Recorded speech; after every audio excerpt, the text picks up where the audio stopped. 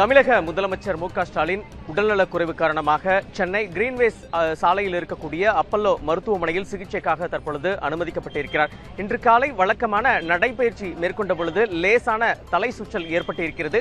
அது குறித்து பரிசோதனை செய்யவும் முழுமையாக மருத்துவ பரிசோதனை மேற்கொள்வதற்காக முதலமைச்சர் மு.க. ஸ்டாலின் அப்பல்லோ மருத்துவமனையில் சிகிச்சைக்காக அனுமதிக்கப்பட்டிருப்பதாக அதிகாரப்பூர்வ அறிக்கை என்பது மருத்துவமனை நிர்வாகம் தரப்பில் தற்பொழுது வெளியிடப்பட்டிருக்கிறது. முதலமைச்சர் இன்று காலை அண்ணா அறிவாலயத்தில் நடைபெற்ற நிகழ்ச்சியில் கலந்து கொண்டு நேராக அங்கிருந்து கொளத்தூர் செல்ல வேண்டும். கொளத்தூர் கபாலீஸ்வரர் கலை மற்றும் அறிவியல் கல்லூரி நடைபெறும் நிகழ்வில் கலந்து கொள்ள அவர் செல்ல இருந்த நிலையில் திடீரென அப்பல்லோ மருத்துவமனைக்கு அவருடைய வாகனம் திருப்பி வரப்பட்டது.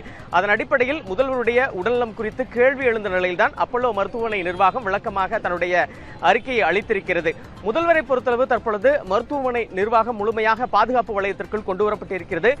துணை முதலமைச்சரும் அவருடைய மகனுமாக இருக்கக்கூடிய உதயநிதி ஸ்டாலின், அவரது மகள் செந்தாமரை, மருமகன் சபரீஷன், மருத்துவ மற்றும் மக்கள் நல்வாழ்வுத்துறை அமைச்சர் மா சுப்பிரமணியம், மருத்துவர் எழிலன் மற்றும் திமுகவை சேர்ந்த முக்கிய நிர்வாகிகள் மருத்துவமனை வளாகத்தில் இருக்கிறார்கள்.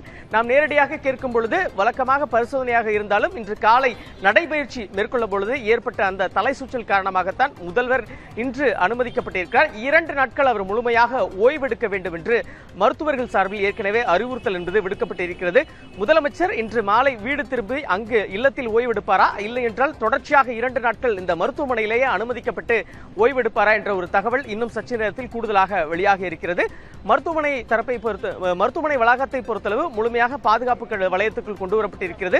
முதலமைச்சரின் குடும்ப உறுப்பினர்கள் அனைவரும் இந்த மருத்துவமனை வளாகத்திலேயே இருந்து அவருக்கு அளிக்கப்பட்டு வரக்கூடிய சிகிச்சைகள் மற்றும் மருத்துவ பரிசோதனைகள் தொடர்பாக மருத்துவரிடம் தொடர்ச்சியாக கேட்டறிந்து வருகிறார்கள். பூங்குழலி.